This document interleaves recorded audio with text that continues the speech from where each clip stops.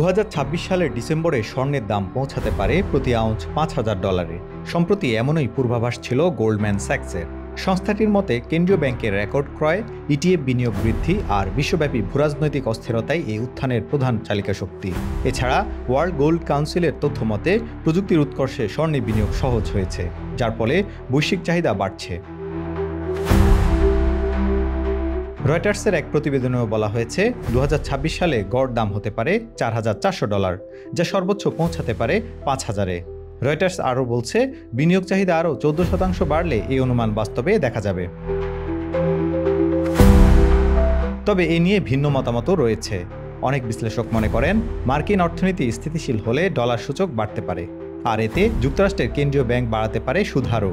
এমনটা হলে স্বর্ণের দাম কমতে পারে 15 থেকে 20%।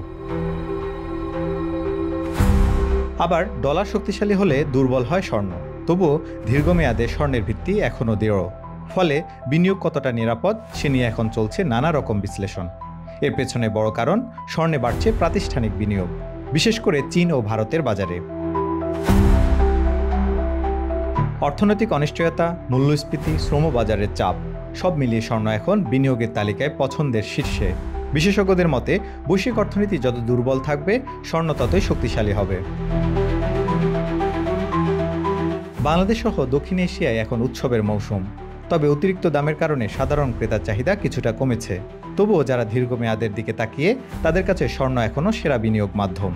সবকিছুই যখন নাকি বৃদ্ধি পায় সেটার উপরে অবশ্যই প্রভাব পড়ে। অবশ্যই বেচা কেনার মধ্যে একটা প্রভাব পড়ছে।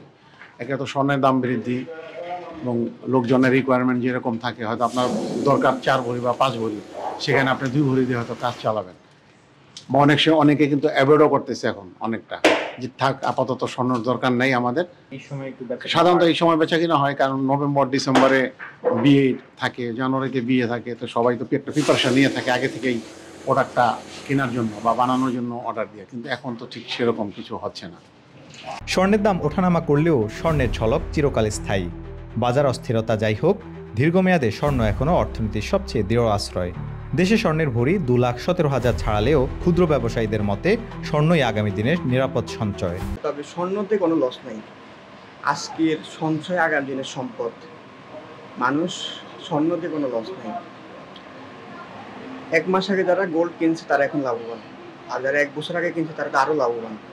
সামনে আমি কাস্টমারের ক্রেতার উদ্দেশ্য বলবো, যারা এখনো স্বর্ণ কিনতে ভয় পাচ্ছেন, তারা স্বর্ণ কিনতে কোনো ভয় পাবেন না। স্বর্ণতে কোনো লস নাই। আপনারা আজকে স্বর্ণ কিনলে আগামী দিনে সেটা আপনার সম্পদে রূপান্তরিত হবে। বিশ্বব্যাপী অর্থনীতির অনিশ্চয়তার ভেতরেও স্বর্ণ আজও বিশ্বাসের প্রতীক। তবে প্রশ্ন একটাই, আপনি কি প্রস্তুত সঠিক সময়ে সঠিক সিদ্ধান্ত নিতে? তারেক হোসেন, বাংলা নিউজ 24।